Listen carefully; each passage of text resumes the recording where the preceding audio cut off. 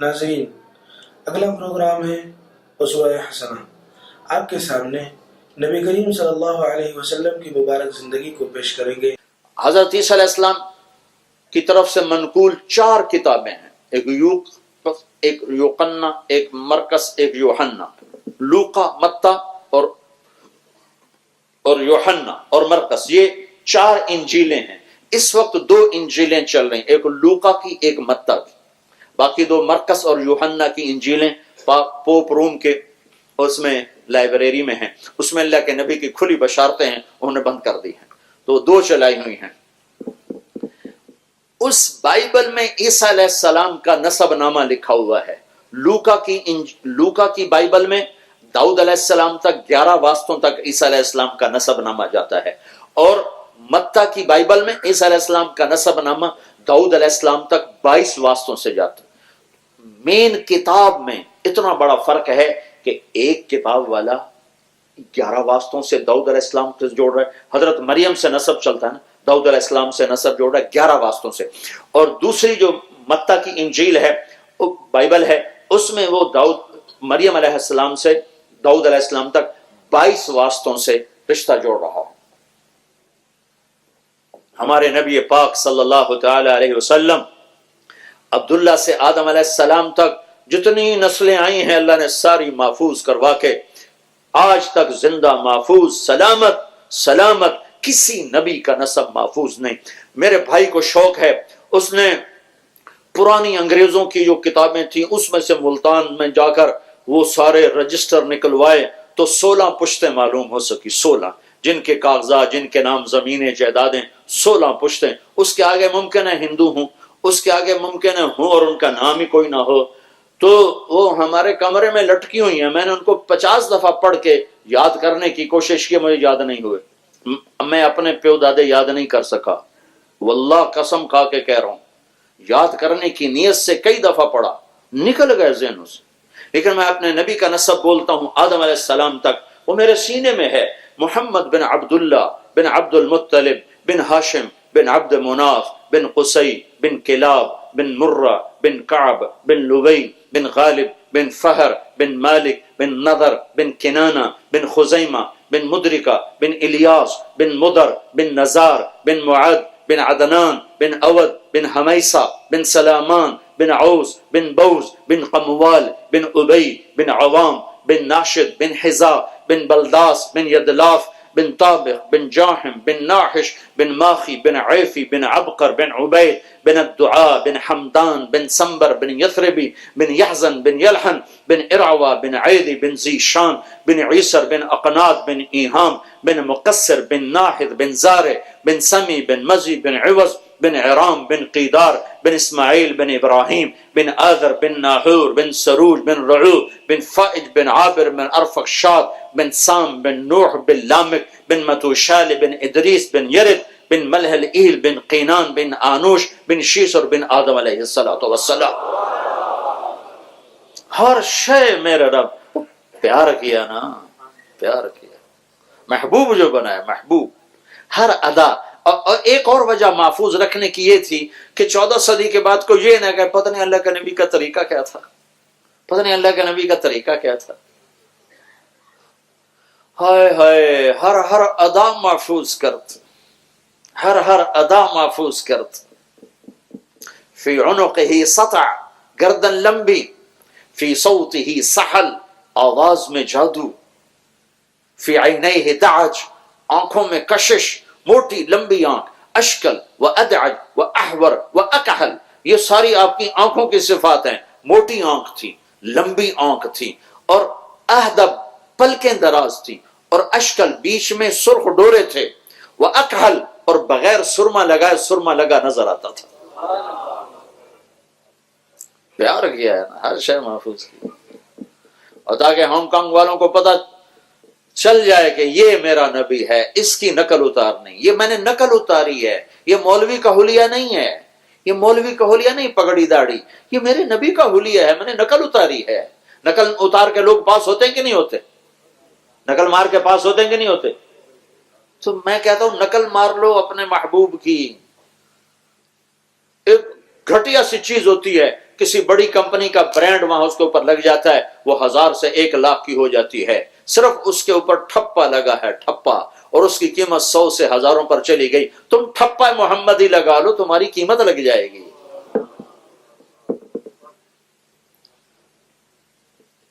پتہ نہیں کب موت آ جائے، پتہ نہیں کب بلا لے، نہ جانے بلا لے پیا کس گھڑی، تو کیا کیا کرے گی ارے دن کے دن، پتہ نہیں کب پیا کا بلاوا آئے۔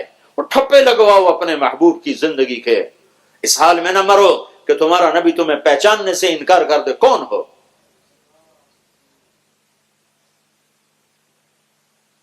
ہائے ہائے، یا اس جیسا کوئی وفا والا لاؤ پھر اس کو چھوڑو، اگر اس جیسی وفاؤں والا نہیں ملتا ہے تو پھر اللہ کے واسطے یہ ظلم و ستم نہ کرو کہ اس کا کلمہ پڑھ کر اس کے طریقوں سے بغاوت ہو۔ ہر کوئی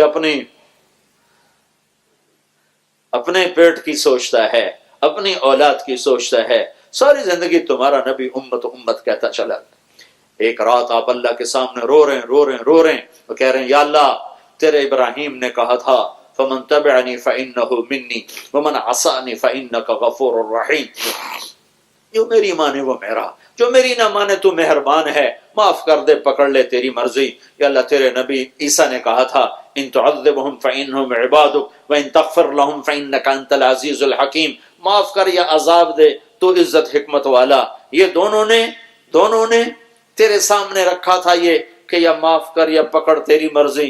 یا اللہ میں یہ دونوں کی بات نہیں کرتا، میں صرف ایک ہی بات تجھ سے منواتا ہوں، امتی امتی امتی امتی امتی امتی، میری امت کو معاف کر دے، میری امت کو معاف کر دے، میری امت کو معاف کر دے۔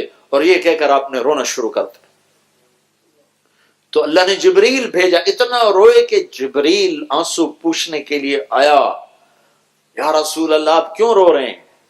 حالانکہ اللہ کو پتہ ہے کیوں رو رہے ہیں، آپ تک پیغام پہنچانا ہے ان کی وفاؤں کا۔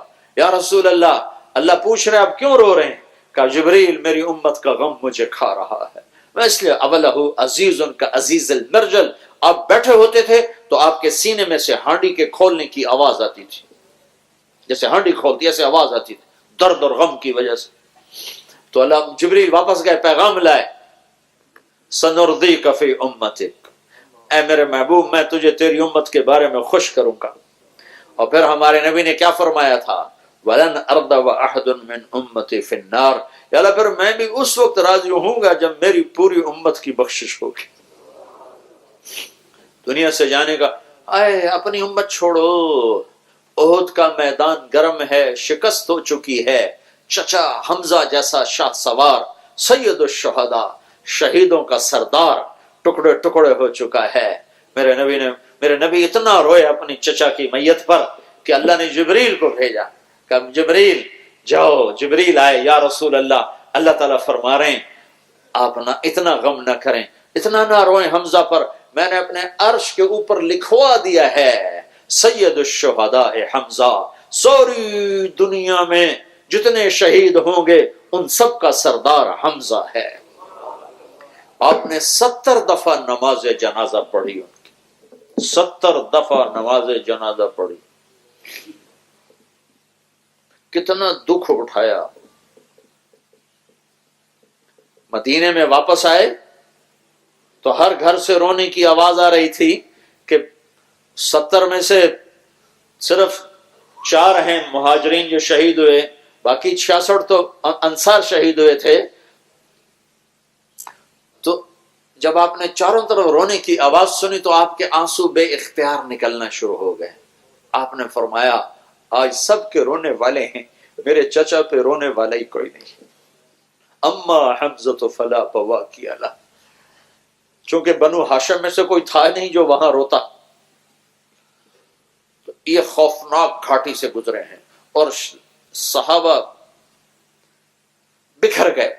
خالد بن ولید کا حملہ اتنا شدید تھا، چند لوگوں نے آپ کو گھیرے میں لیا ہوا تھا، ایک ابو بکر، ایک عمر، ایک علی، ایک طلحہ، ایک زبیر، ایک سعد بن معاذ، ایک سہل بن حنیف، ایک مصعب، ایک عبادہ بن صامت، ایک عباد بن بشر، ان لوگوں نے آپ کو گھیرے میں، ایک ابو دجانہ رضی اللہ تعالیٰ عنہ، یہ 10-12 آدمی تھے جنہوں نے آپ کو گھیرے میں لیا ہوا تھا، اور ایک قتادہ بن نعمان، یہ 12 آدمی تھے جنہوں نے آپ کو گھیرے میں لیا ہوا تھا، اور کو پورا زور پڑ رہا تھا آپ تک پہنچنے کے لیے، اور آپ تک پہنچنے کی کوئی سبیل نظر نہیں آ رہی تھی۔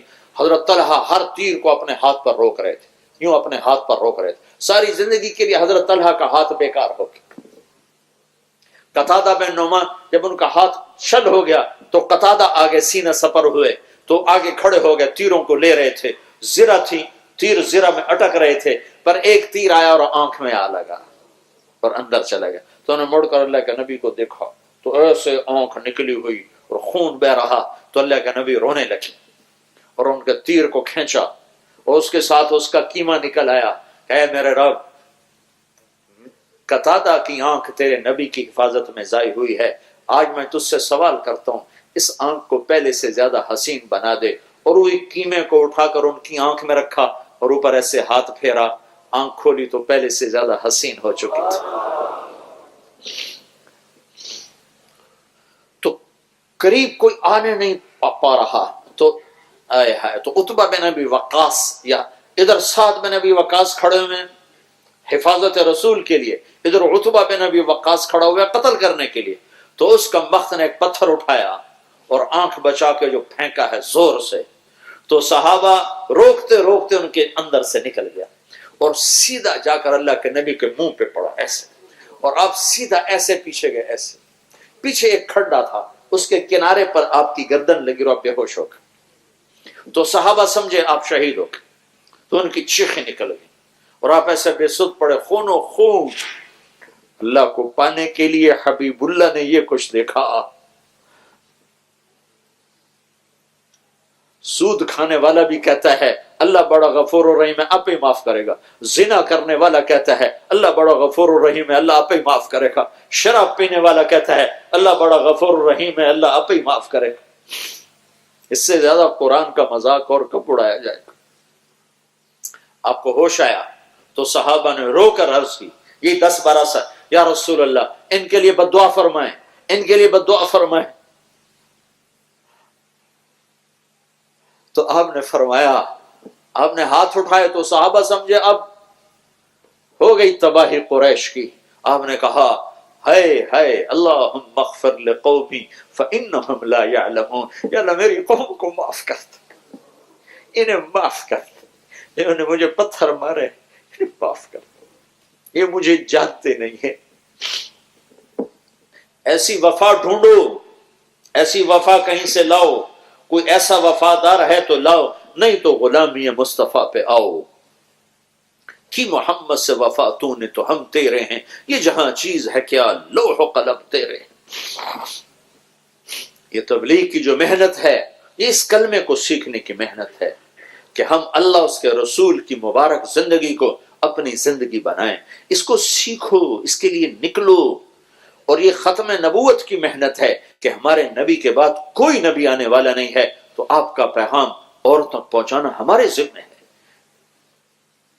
ہم لوگوں کے پیچھے پھریں گے جیسے لوگ سودا بیچنے کے لیے بازار میں آتے ہیں، ہائے ہائے ہر چیز کی آواز لگ رہی ہے، لہسن لے لو، لہسن لے لو، کنو لے لو، کنو لے لو، کپڑا لے لو، کپڑا لے لو، ہر صدا لگ رہی ہے، نہیں لگ رہی تو میرے نبی کی صدا نہیں لگ رہی، کلمہ پڑھ لو، کلمہ پڑھ لو، جنت پالو، اللہ کو پالو۔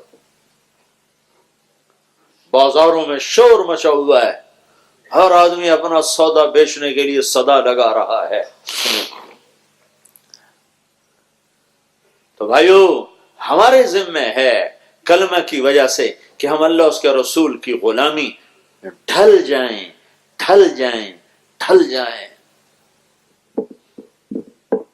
اور ہمارے ذمہ ہے اس پاکیزہ زندگی کو لے کر لوگوں تک پہنچیں اور انہیں پہنچا کر انہیں بتائیں، انہیں بتائیں، انہیں بتائیں، یہ ہمارے ذمہ ہے۔ صدیوں کے بعد یہ تبلیغ کا کام امت کو ملا ہے، صدیوں کے بعد ایک ایسی محنت ملی ہے جو فرقہ واریت سے پاک ہے، جو تعصب سے پاک ہے، جو نفرت سے پاک ہے، جس میں سوائے مثبت بات کے اور کوئی بات پیش نہیں کی جا رہی ہے، اور زندگیوں کو بدلنے کا اس سے خوبصورت اور کوئی کام دھرتی میں نہیں ہو رہا۔ تو جہاں مرضی رہو غلام مصطفیٰ بن کے رہو، اپنی پہچان کے ساتھ رہو۔ مرنے سے پہلے پاسپورٹ بنواؤ محمدی، پاسپورٹ پہ ہی ویزا لگتا ہے نا، پاسپورٹ نہ ہو تو ویزا کہاں سے لگے گا؟ محمدی پاسپورٹ بنوا لو تاکہ اس کے اوپر جنت کا ویزا لگ سکے۔ یہ میں ایسے نہیں کہہ رہا ہوں، مجھے ایک حدیث یاد آ گئی بڑے زمانے کے بعد، پل صراط پر گزرتے ہوئے ہر آدمی کو وہ پاسپورٹ دیا جائے گا، جواز، عربی میں جواز کہتے ہیں پاسپورٹ۔ تو پل صراط پر پہنچے گا تو پاسپورٹ اس کو دیا جائے گا، یہ آپ کا پاسپورٹ ہے، یہ جنت کا ویزا ہے، جاؤ۔ یہ پاسپورٹ اسے ملے گا جس کے وجود میں محمدی زندگی موجود ہوگی۔ چونکہ پل صراط کفار کے لیے نہیں ہے، صرف مسلمانوں کے لیے، کافر تو سیدھے جہنم کے دروازوں سے دھکیل دیے جائیں گے آگ میں۔ وسیق الذین کفروا الی جہنم زمرا حتی اذا جاؤوها فتحت ابوابها، وہ تو ادھر سے جائیں گے، سیدھے ہی دروازوں کے ذریعے سے پھینک دیے جائیں گے۔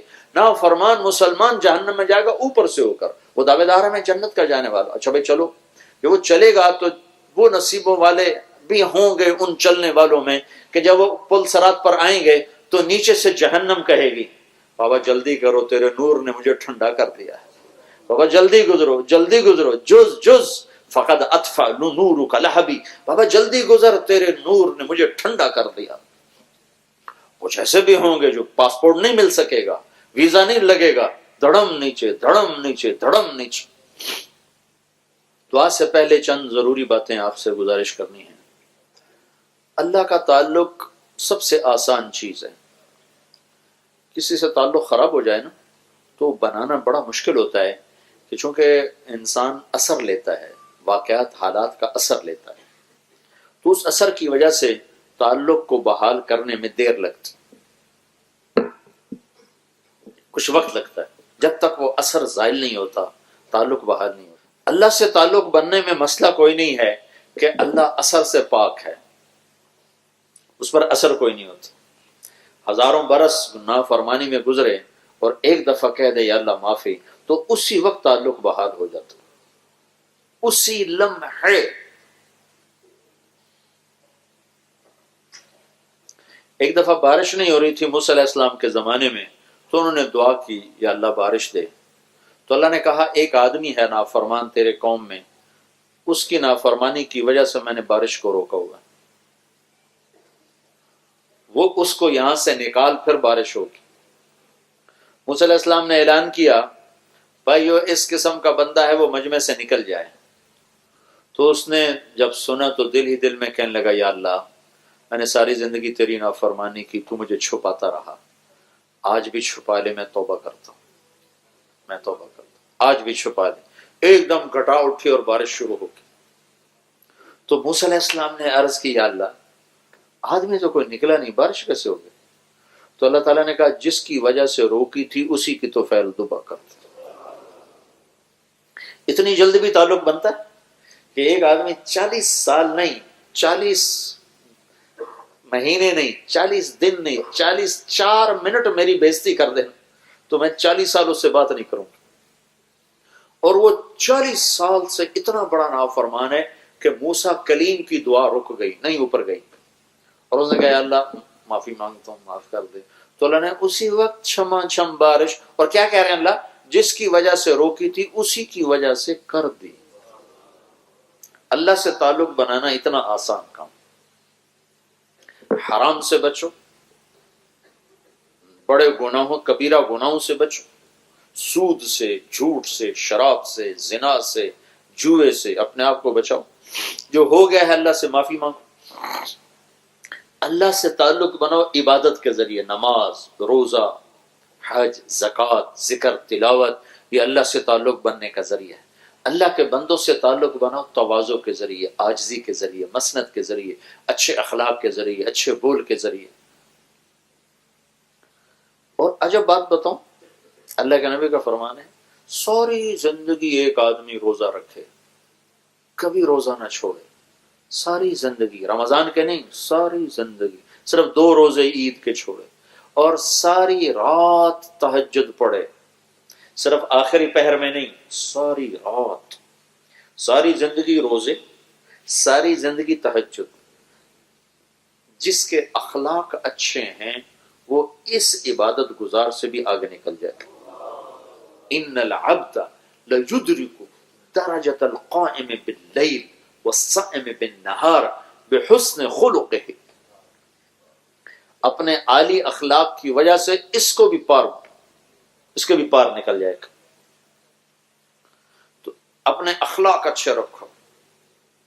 ماں باپ یہاں ساتھ ہیں ان کی خدمت کے ذریعے سے، بیوی بچے ساتھ ہیں تو حسن سلوک کے ذریعے سے. اللہ کے نبی نے فرمایا بہترین صدقہ اپنے بچوں پہ بیوی پر خرچ کرنا ہے. اپنے بچوں کو ٹائم دو، ان کے ساتھ بیٹھو اور اپنے ہر گھر میں تعلیم کراؤ، فضائل کی، سیرت کو بتاؤ، اپنے نبی کی سیرت بتاؤ، زندگی بتاؤ. آپ ایسے ماحول میں ہو جہاں مخالف سیلابی ریلا ہے، اس کے مخالف سمت میں تیرنا بڑا مشکل ہے. تو اپنے بچوں کے لیے وقت نکالو، اتنا نہ مصروف ہو جاؤ کہ آپ کے پاس اپنے لیے بھی وقت کوئی نہ ہو. فَأَنْسَاهُمْ أَنفُسَهُمْ کی ایک تفسیری علماء نے لکھی ہے کہ اللہ اس کو دنیا میں ایسا پھنساتا ہے کہ اس کو اپنا آپ بھی یاد نہیں رہتا. وہ نہ اپنا رہتا ہے، نہ بیوی کا، نہ بچوں کا.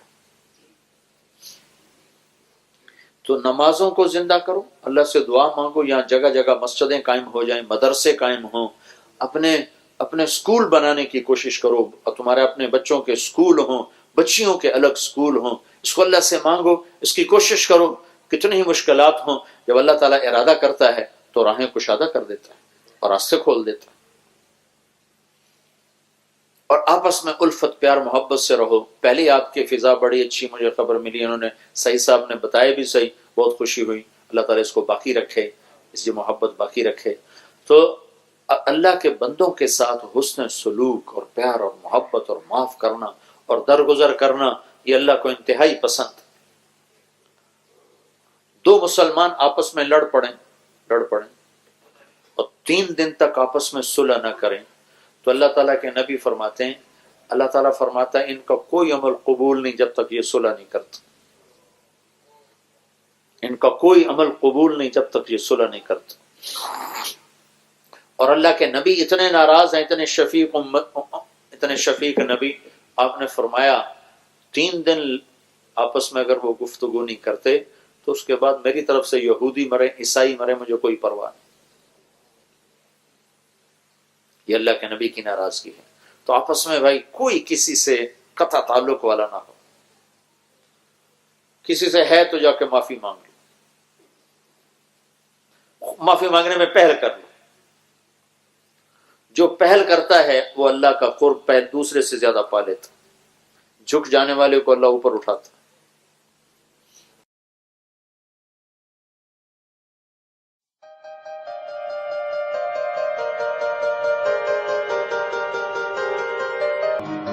کوئی بھی ٹوتھ پیسٹ جس میں فلورائڈ ہوتا ہے اور 1000 ppm سے زیادہ ہوتا ہے تو وہ سارے کے سارے ٹوتھ پیسٹ زہر ہو جاتے ہیں، وہ پیسٹ نہیں رہتے. دربھاگیہ سے جن کے پاس دانتوں کی ڈاکٹری کا پرمان پتر ہے وہ کورٹ میں جا نہیں رہے ہیں، اور جن کے پاس پرمان پتر نہیں ہے وہ باہر رہ کے کھسیا کے رہ جا رہے ہیں ہمارے جیسے. اور دھڑلے سے کولگیٹ بک رہا ہے. مجھے کبھی کبھی لگتا ہے کہ ہندوستان کے سارے ڈینٹسٹوں کا یہ سراسر اپمان ہے جو روز ٹیلی ویژن پر وگیاپن کے روپ میں دکھایا جاتا.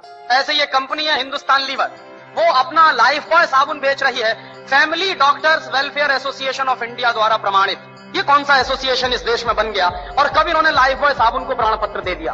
لیکن روز وگیاپن ان کا یہ ہے اور ہم سب خاموشی کے ساتھ بیٹھتے ہوئے اس کو دیکھ رہے ہیں. اور یہ دیش کے ساتھ بھینکر غداری کا کام چل رہا ہے، بے ایمانی کا کام چل رہا ہے. ہندوستان میں ودیشی کمپنیاں اپنا زہر بیچ رہی، جن کو معلوم ہے کہ اس میں زہر ہے وہی شانت ہیں. جتنے ڈاکٹرز ہیں نیوٹریشنل، جن کو نیوٹریشن کا بہت گیان ہے، دلی میں ایک ڈاکٹر جین ہے آل انڈیا انسٹیٹیوٹ میں جو نیوٹریشن ڈپارٹمنٹ کے ہیڈ مانے جاتے ہیں. میں نے ایک دن پوچھا کہ ڈاکٹر صاحب یہ پیپسی کولا میں کیا ہے؟